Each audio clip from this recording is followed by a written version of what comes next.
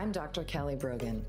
You may know me as a New York Times bestselling author of a book with an exploding pill on the cover, renegade psychiatrist, pole dancer, or honorary member of the Disinformation Dozen. What can I say? I'm a born provocateur. I've spent most of my recent life exposing deceptions, connecting dots, and discovering the secret places my inner victim is still waiting to be liberated. And now I feel called to help you reclaim all of your parts, your health, your sexuality, your power, and your expression, so that you can finally truly own yourself. I want to ignite in you that inner knowing and the pulsing vitality that lives beneath your disempowerment, disconnection, and resentment, so that you can audaciously, courageously, and playfully alchemize your struggle into the specific pleasure of who you are. This is Reclamation Radio. Hi, and welcome back to Reclamation Radio. I am Dr. Kelly Brogan, and I am already crying, just chitty-chatting with this woman before we have even gone live. I am in conversation today with Lindsey Ridgeway. And she is one of the golden threads that has been woven into the tapestry of reclamation that I have been honored and privileged to witness over the past decade or so. And I want to talk a bit about her story and also for you to experience what is possible, right? So the shift that I made from fighting pharma, from fighting the allopathic system, from my exploding pill on the cover book treatise to celebration of what is possible was an intuitive, shift that was probably necessary even for my own soul, my own energetics. But the reason that I do this now is because it feels so good. It feels so good to expand the permission field, and Lindsey does just that. So welcome, Lindsey. I'm super excited to be in conversation with you. We had the pleasure of meeting at my live event, Audacious Embodiment, and it had felt like I already knew you for, God, I don't know, my whole life. And the only reason you even came into my sphere is because you read my book, right? And you had an experience of what you understood yourself to be as a woman with bipolar disorder, as a woman who was mentally ill, as a woman who might have required medication for the rest of your life. And so I'd love for us to backtrack into your story, because I want to paint the picture of where you've come to, even at this moment. And I know where you're going is just magic carpet ride level, so that we can drop in. And I want to focus, Lindsey, on specifically what it is that you used to believe about yourself, because I know that those beliefs have shifted. But maybe you can take us to whenever is that you can remember you began to develop beliefs and a self-concept around this idea of your mental illness, what that meant for you and how that impacted your life. And then just sort of take us through the journey. Yeah. So it starts as I reflected surprisingly young. Like I remember this moment at like 11 or 12. Actually, I have like a totally distinct memory that I find hilarious now. And at 11 years old, I was like wearing Abercrombie and Fitch and like trying to fit in with the popular kids. And then literally the next year, it was black lace gloves and neon tutus and like totally different, totally like colorful and vibrant. But I think that was kind of my pivot in my life of self-realization and realizing just how sensitive I was to everything. And that really came outward in my appearance as well. But yeah, I think that was the point in my life that I noticed that I felt different than other people. And I have a better understanding of what that is now. But at the time, the canary in the coal mine analogy really resonates now, reflecting back on that period in my life, because I just felt like I was seeing things that other people weren't seeing. And I like really was banging my head against the wall, trying to get other people to understand, like, things are weird here. Things aren't right. And you're all like at surface level. And I'm like 7 miles deep in the ocean with how much I'm experiencing. And it was incredibly isolating.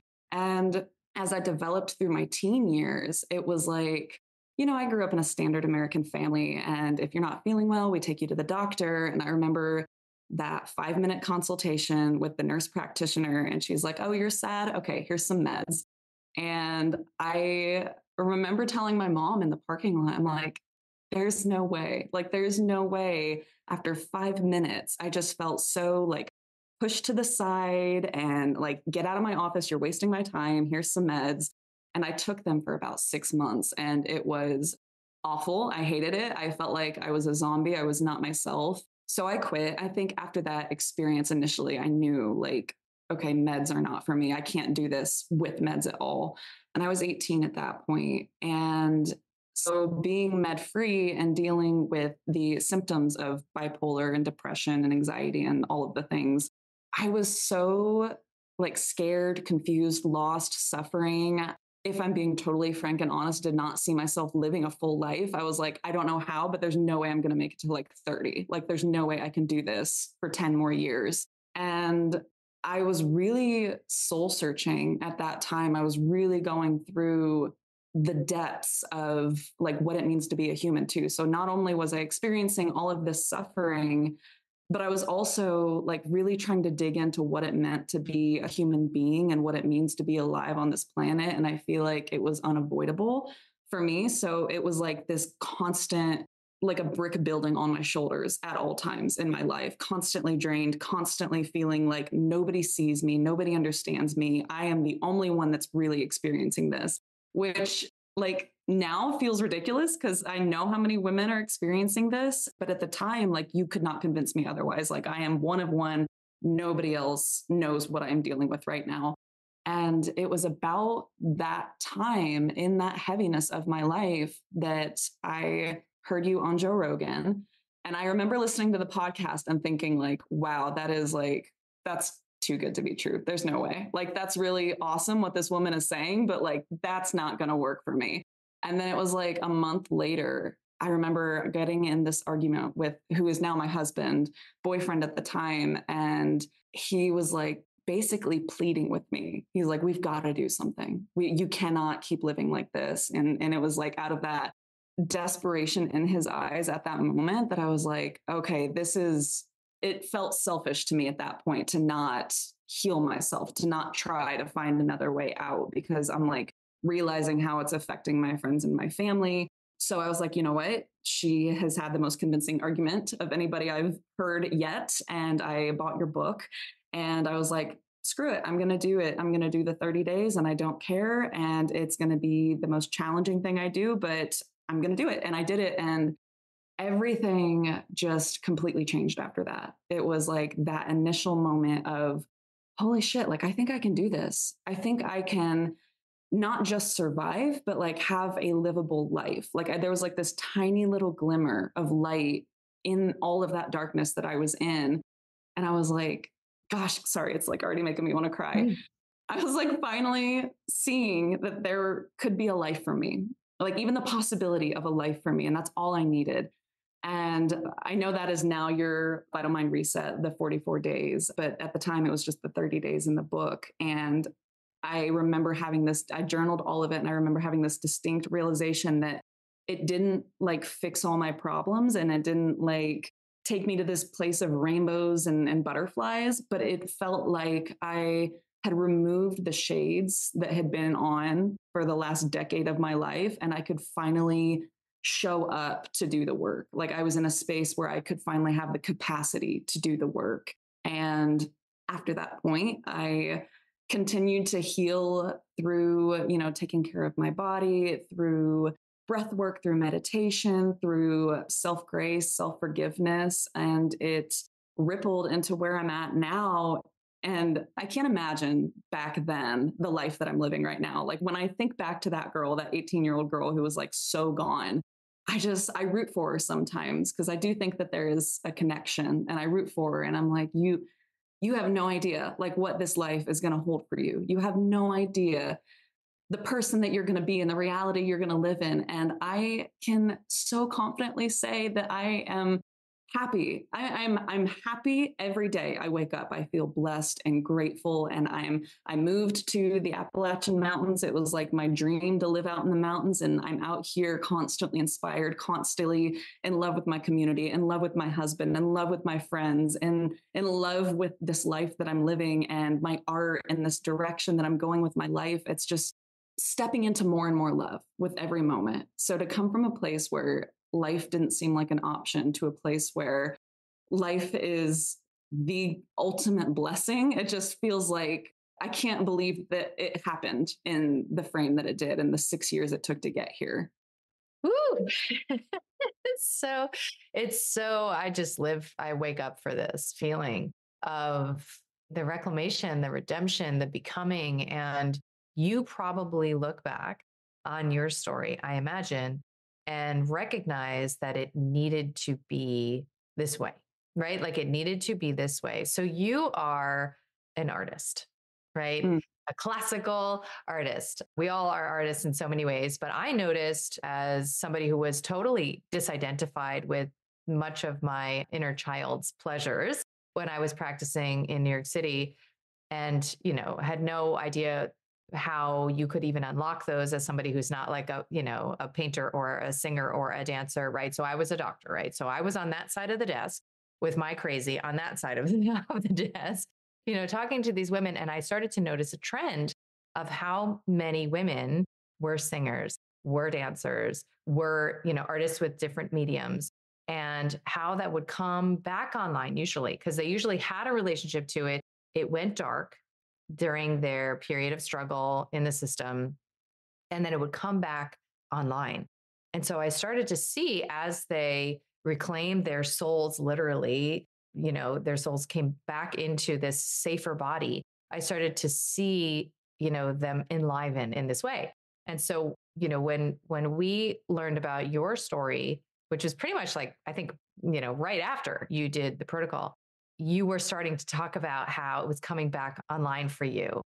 And I've come to believe that, you mentioned the canaries in the coal mine, that women who are rightly sensitive get easily captured by the promise. It's a very alluring promise. Come on. I mean, you had, medication effects that were undesirable, but that's not true for a lot of women, right? Like a lot of women start meds and the fragmentation that occurs in consciousness is actually preferable to whatever hellscape they're otherwise living in with even a degree of awareness, right? So they take that bait, they stay on meds for decades. So your sensitivity in so many ways was a blessing, right? Where you didn't have to unwind decades of medication. But I wonder how you experienced your identity as like an artist. You experienced the expression itself. Like, did it ebb and flow? Did it go quiet? Because, and I want to talk more about like the life of an artist in a little bit, but that's been also how we've had a relationship over the years, is because I commission art from you, and literally my entire house, like on most walls, is something that you have created. You are extraordinarily gifted. And to think that this was like buried and might not have ever surfaced, that's like a true tragedy to consider. Mm-hmm. So I imagine that many who have, been medicated, are identified with being mentally ill, can relate to what it is to have a type of creative expression that is hard to balance energetically, or that they just need to like pack up and put in a closet because they're just trying to survive, So what has that been like for you over the years? So, and I'm glad you brought this up, because this is something that I have like really pondered on with myself. And to this day, I don't fight my creative lulls anymore. I really don't, because if I force myself to show up, then you can tell as I'm creating and with the finished product that like I didn't want to be there, which is why sometimes it can take me a year to finish a painting, because I only show up when I want to be there, when it feels authentic, when it feels good in my body. So when I was in the depths of the darkness that I was experiencing, I had a sketchbook and I would kind of come to it and I would kind of come back. And I remember that was another thing that my husband had told me. He's like, I just want to see her paint again. We were at a therapist's office trying therapy, and he's like, I just want to see her paint again. And I just there's no, it really is. It's a survival thing. It's like, are you kidding me? I'm trying to get out of bed right now. You want me to show up to paint? This is crazy. But I have experienced spells of darkness throughout my healing journey, and I acknowledge it and honor it. And I say, okay, I'll come back to you when I can. And what I love about artwork is that my relationship with my craft is rooted in so much love that it's like, it's patient. It's okay. It doesn't matter. I could stop for 5 or 10 years and come back. And it's like welcoming me with open arms. It's saying, okay, we're glad you're here. Let's start again. And it's like that feeling is beautiful. I don't encourage creation through darkness. I don't think that's wise. I think giving yourself that space to heal is important. So when I did start to heal and the little tiny spark that was my creativity turned into a candle flame and then turned into a house fire. And now it's like it's lit up my entire life and I can't imagine my life without it.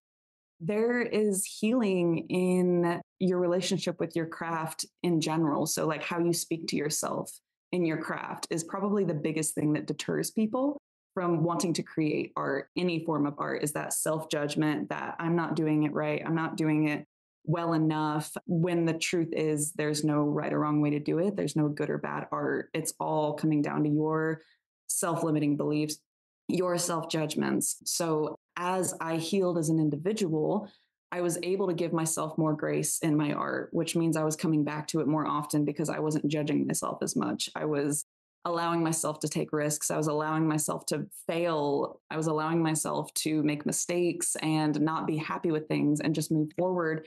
And I have found through my life that my art is a direct mirror to everything I've experienced. And it's so cool because I have this visual diary.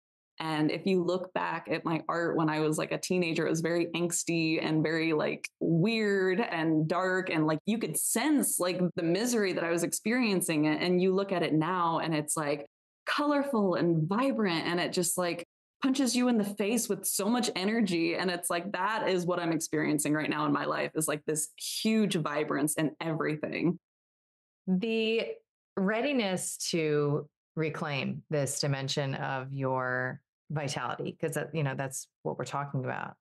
It has fascinated me for a decade and a half. Like what is it that makes a woman, a person, but mostly I've seen these cases in women, ready, to walk through the birth canal Mm. of her becoming and to shed a self-concept that is meeting needs, right? So when you were struggling and swirling, however that looked for you, it was meeting some dimension of your basic needs. And then there was a moment, you said it was, when your boyfriend at the time, right, encouraged you, but that's not sufficient, right? Like we need to meet with fertility, that penetration, right? And so there was something in you that was also ready.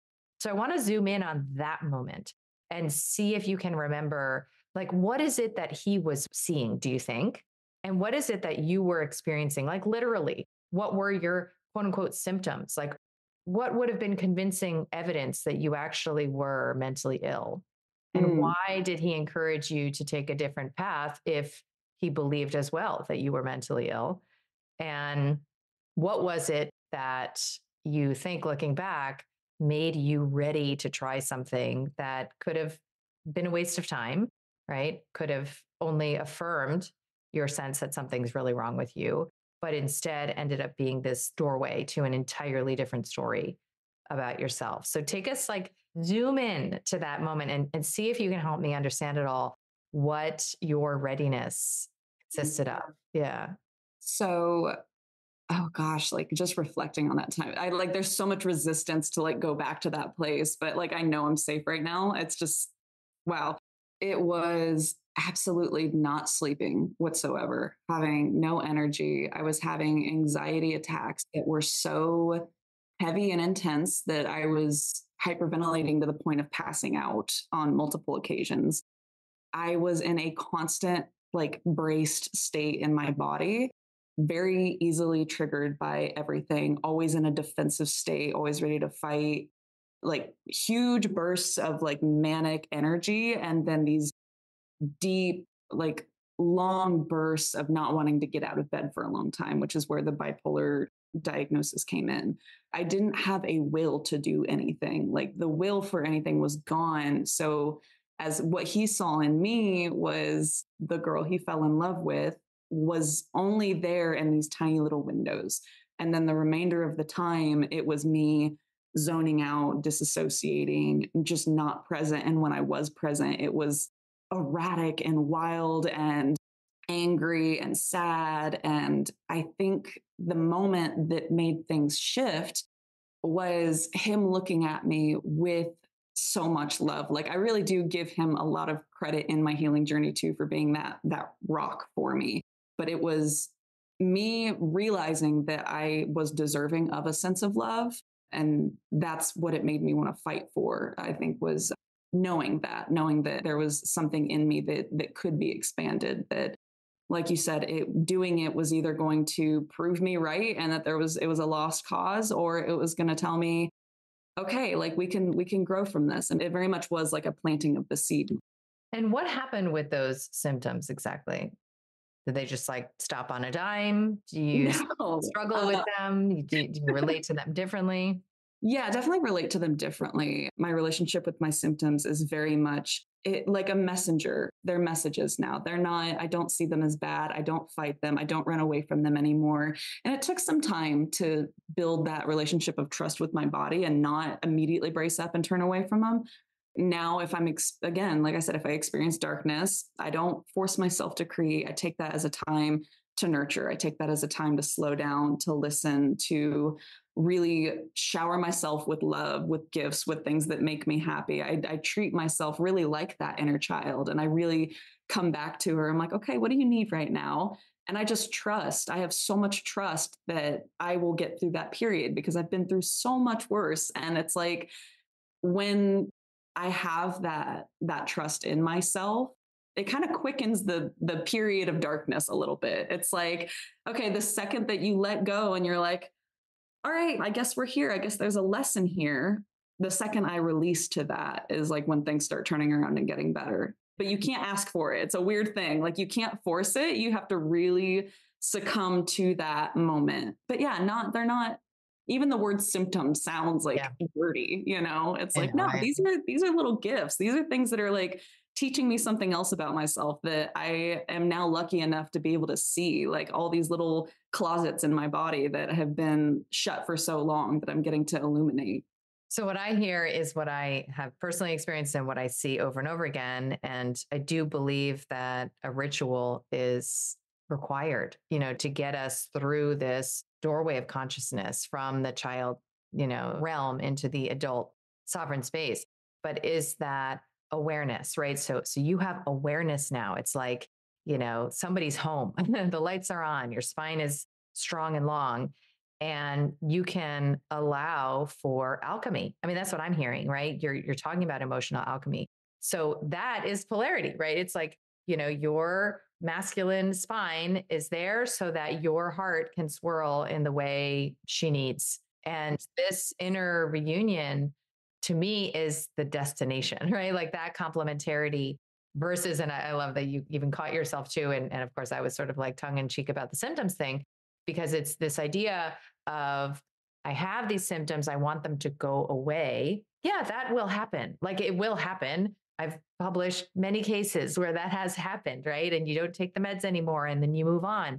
But that's almost not the point. Right? It's like a side benefit to this deeper initiation to self and relationship to self. So I wonder, like, how do you think about mental illness? Like, what do you think was actually going on an existential level, on a spiritual level, when you identified, as somebody who was mentally ill? And I'm sure you know people who do, and you see people who do. Like, what do you think mental illness is? Do you think it's a thing? Right? Because the patterns you described were real, right? And psychiatrists are very good at pattern recognition. I mean, it's arguably what I still do for a living, right? So patterns are real. What we make them mean, is an entirely, different conversation. So do you at this point have any sort of solidified beliefs about like what mental illness is? Do you even use that term? How do you think Try about it? not to. I really try not to. I think, and I definitely am present for and listen and try to be with those people in my life who still identify with mental illness. And I remember in my life, way back then, identifying with those patterns and putting a label behind it. It's validating. It feels like, oh my gosh, I'm being seen. Like there's a word for it. Oh, I'm not alone. Like it feels like you're not the crazy person. Oh gosh, this is in some way, there's a normalcy to this. And I understand that that's where meds can come in too. And it is, again, even more validation. Oh, good, there's a cure for this, or there's something that can take this feeling away. Or, yeah, I think that it's the comfort in that label. But beyond that, I really try not to, like I said, I don't even like the term mental health or mental illness, because to me, it really is a full spiritual experience. It is like a rite of passage that is being gone through. And it is, I think, a trauma from childhood experience. But even if you dig deeper than that, it's like, why was that a traumatic experience? Where is the seed to that? Because there are people that have experienced the same thing that don't have the symptoms that I have. So it's almost like this inherent knowing in your body that's case by case. And that's what I found is so individualized. It's so specific and circumstantial to each person and like what that looks like based on each person's experience. And I think mental health has kind of replaced spirituality and like spiritual growth. And it's like, it's seen as woo woo. It's seen as this like mystical thing that is like cute, and oh, the ancestors used to do it. And it's like, I think that it's been washed out of our society, and it's being washed away from people as like a practical route to healing. But I think as I look at it, I think it's necessary, and I think it's innate in all of us. And I think your sensitivity level to it is going to determine how heavy your symptoms are, or whether you get that label, or whether you get what medication. But I think every living person has the experience of trauma and symptoms in some way in their life that needs to be grown through. I think it's just a matter of how, like I said, like you even said, I feel lucky now with how sensitive I was to the meds at the time. Like it seemed awful and it seemed like the worst thing in the world to me, but like I really got to go through the brunt of the work in the beginning. And now that I'm on the other side of it, I'm like, wow, I'm glad I didn't have to deal with this for a decade to get where I'm at now. But yeah, I think it's just this innate thing that everybody has to experience. Yeah. I've actually seen it in the medical literature referred to as narrative medicine, which is this idea that the story that somebody has about their symptoms and all of the antecedents, right? Like all the things that led up to their symptoms is like, they call it N of one medicine, right? Like it's you are the only one having this health experience. And you referenced even something similar earlier when you were talking about the exceptionalism that you felt, right? You said like, I'm the only one, I'm one of one who's like this. And that's why nobody can understand. That's why I feel all these traumas, right? Unseen. I don't feel understood. I don't feel like I belong. And what I can perceive in your journey and mine and in so many is the transmutation of that, right? Of that exceptionalism into authenticity. And I have had the pleasure of having you in my business containers and entrepreneurship containers and watching you on the public stage on social media, really coming into the ownership of yourself and your gift and your personal expression. And that authenticity is what you're offering, right? It's the entirety of your lived experience, right? The blood, the mud, the sweat, the tears, all of it. Like, this is what only I can offer you. And you're doing that as an artist. So I'd love for you to speak to others out there who might be in a similar position of reclaiming their sense of self from the grips of the guild of psychiatry and at this point, psychology and related fields that have really offered this, I would call it a poison apple, this bait that is very tough to resist to those who are otherwise, struggling to fit their circular peg selves into the square hole of society. And you are not only making it work, but you are flourishing. So you have this sort of like the artist's journey, but then you have also this, you know, this alchemy around your emotional self relating and this concept of mental illness that you have escaped in so many ways and moved beyond. So, whenever you could speak a bit about your journey, like as an artist, as an entrepreneur, when I see, like any video you make on a Wednesday, I'm like, that's her, right? Like, this is you. It's just you. It's you in the energy of this medium. And I also am like super inspired by whatever it is that you are sharing because I know how real it is. Like the currency of this realness has never been more valuable. I think that's by design. So what has your journey as a like a work would you call it a working artist like been been like? What has that been like and how has it been challenging and how have you worked with that?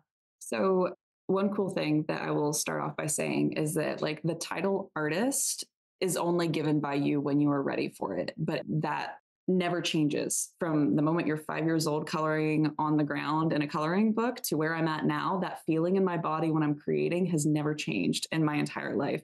So, that title of artist comes whenever you decide to claim it. And I think that was a pivot in my career was when I had the courage to not just say, oh, it's a hobby. Oh, it's just a thing I do, or even feel nervous bringing it up because you are kind of in this space of wanting to meet other people's expectations and oh, I can't call myself an artist because I'm not good enough yet and other people won't believe I'm an artist.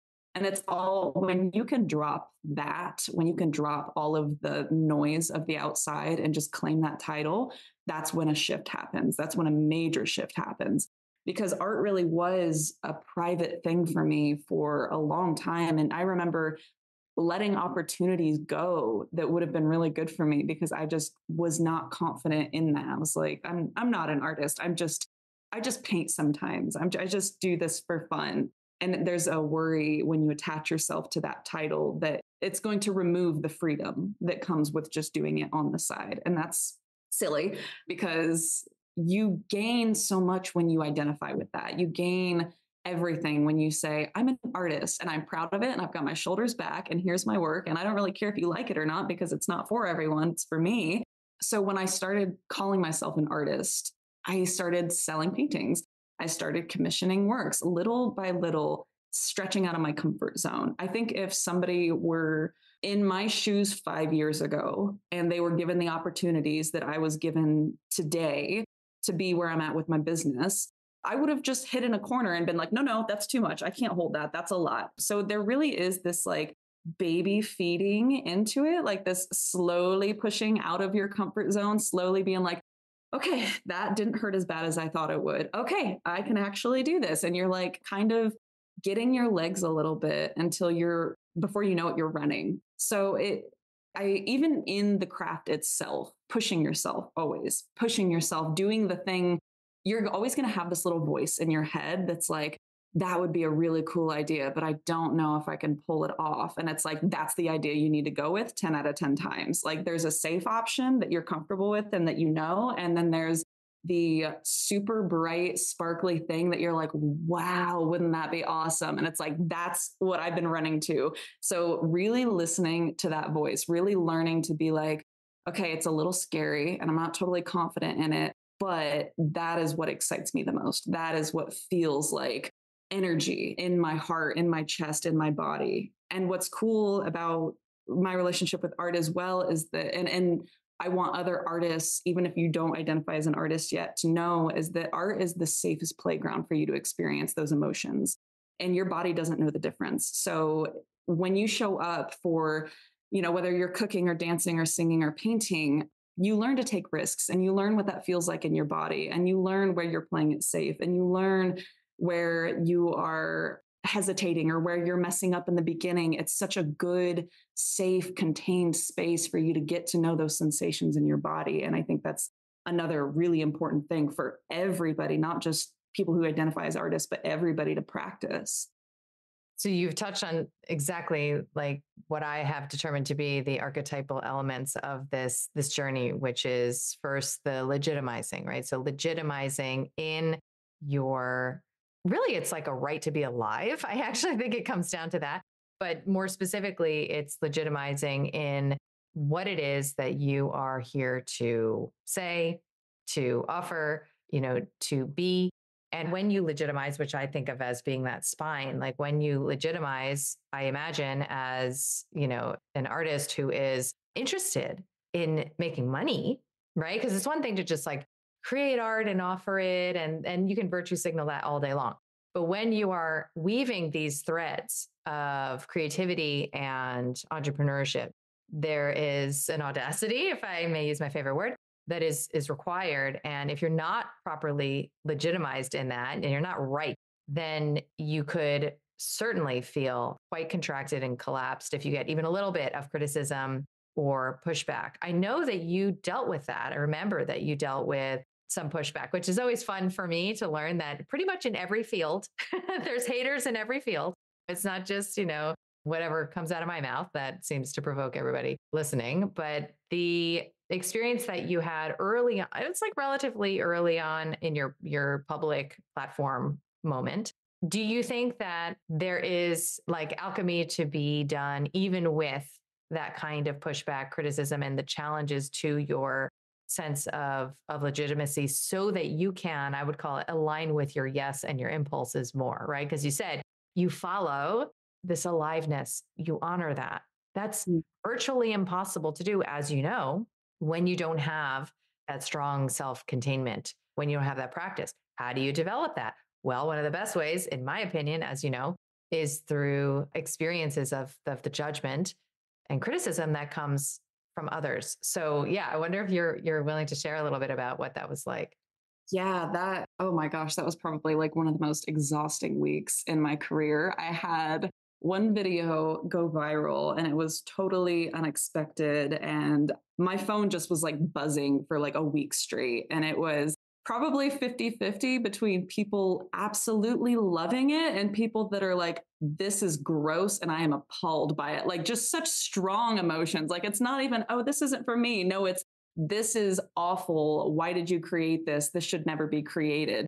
And everything in between. So it's like when you were putting yourself out there, and because before that, I was sharing my work on the internet, but it wasn't really being seen. So it's kind of like this sneaky way of being like, oh, I'm sharing my work. But it's like, okay, well, when only a handful of people are seeing it, that's an easy, it's kind of like, it's an easy way out. So when you really get seen as an artist, which is the greatest paradox, I think, because all artists desperately want to be seen, that at the end of the day, you viewing my art is you viewing me as an individual. And that's what I want. But it's also like the thing that we are the most reluctant to. Like I want to put all of my art up for you to see, but then I want to go hide outside while you talk about it. I don't want to be there to hear it all because it's you're so sensitive. You're exposing the most vulnerable parts of you when you're sharing your work. So when that video went viral and I had to deal with all the layers of judgment, all the layers of criticism, there was a very necessary period of, I think it was not silence, but like quiet reflection afterwards, where I had to really notice, and I'm glad I had the capacity for it in myself. I really had to notice how these comments made me feel and how they affected the direction of my work. And it's interesting because I found that it made me want to like piss more people off in a weird way. Like I kind of enjoy Provocateur, yeah. Came alive. There's like this little rebel in me that's like, you know what? Yeah, that means I've done something right. And I may be biased, and I'm sure I'm biased in saying this, but art is probably the one arena that is judged and criticized above all other things because it really, like when you find art that you like, you are seeing a sense of yourself in it. And we have such a diverse number of people and styles. And it's like, there's this running joke with contemporary art where you see a guy sweeping a floor and there's people like applauding him for sweeping a floor. And people are like, I don't understand what's happening. This is art. Like, and they're like, this is not art. And the truth is that anything that comes out of your body in any way that light comes through you and is expressed in any form, down to the conversation we're having right now, it is art. And there is room for growth in other people when you look at art. So even when I see art that I don't like, it's like, oh, I've got something to notice within me. Like there is a projection happening there. So it was a necessary experience for me to have, to know what it's like to be seen and to not be liked. Because especially as a like you've said, chronic good girl, as somebody who has wanted to play by the rules, who's wanted to be good my entire life, to be seen and not liked was like a shock to my system, but definitely needed, because it almost took the vinegar out of future experiences. Like to have it be so bad in the beginning. And I'm like, okay, well, the worst thing that happened was somebody saying that they didn't like it. And that was it. And now I've got, like 4,000 other people that liked it so much that they're following me now and they can't wait to see what I do next. So when you see the aliveness in people when they see your work, that is an addictive feeling. That is a validating feeling. And it makes it so much easier to ignore the people that don't resonate with your work. And that that's all it is. They just don't, they're not in a space where they're ready to see it. They may never be in a space that they're ready to see it. And that's okay, because it's kind of an impossible ask to have everybody like all your work all the time. So there's this huge cloud of fear with letting yourself be seen. But when you really walk through it, you're like, oh, this is nothing. Now I'm ready to like do any of the ideas. It's okay to do anything, because the people who are meant to see it will see it and it will matter to them. And in the same way, I'm sure you feel like when I talk about my story and other women talk about their story and how you've helped heal them, I have had multiple women send me emails and Instagram messages talking about how my work has resonated with them and how it's made them feel seen. And that feeling makes you want to just forget about everything else and just keep showing up for that experience. Yeah, because you're in charge of where your focus is directed, and that's why, it's such an example, the story of the power of, what I call the villain crown practice, right? If you can create play almost, right? And something that feels like it restores that locus of power within you out of the most existentially threatening thing we've always been worried would one day happen, right? Which is that the masses have turned against us, right? We have to thank social media for this, modern day, witch hunt, public lynching experience that is very available. And you get to survive that, right? And you get to even explore the parts of you that might agree, with what it is that they're saying, and to find, these dimensions of self that might otherwise be arrested in a curated version of you, that you're carrying around everywhere. It gets very exhausting. So that first initiation, I always find to be, it's never replicated, right? Like that first experience of, mass rejection, or even rejection from one very important person, right? It could feel the same as the big moment. And then after that, it becomes like familiar, where you're like, oh, yeah, this again. It's okay. It's okay that they feel that way. And is there a part of me that agrees? And is there anything for me to look at here?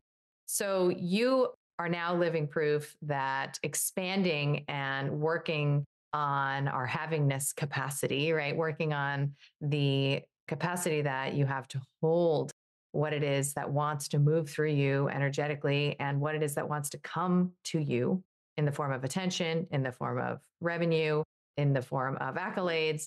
It's a process for a reason. It takes time for a reason, because your system is literally, moving into a different resonance, right? And I don't use that like in a new agey way, like very literally, energetically. So I wonder if you could share, Lindsey, like what is alive for you now? What are you up to now, so that we can, continue to follow your journey? Yeah. So I am always selling original artwork on my website. I always have new work coming out that I am in no rush to produce for anybody other than me. And I say that with pride.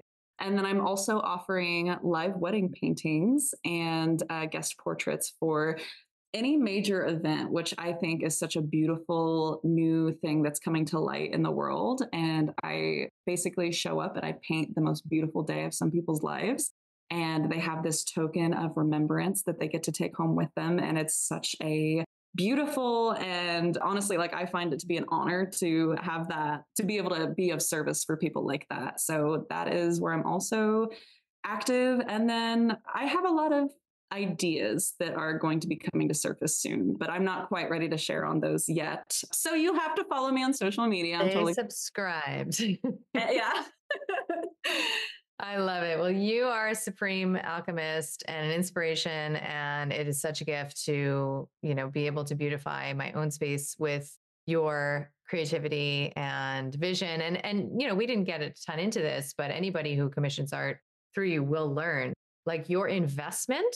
One of the pieces that I commissioned through you was a cosmological in nature, right? And we explored really together, like, what does cosmology mean? What does true earth mean? What are the different depictions of what this realm might, look like, as opposed to what we've been told by NASA and, the scientism priests.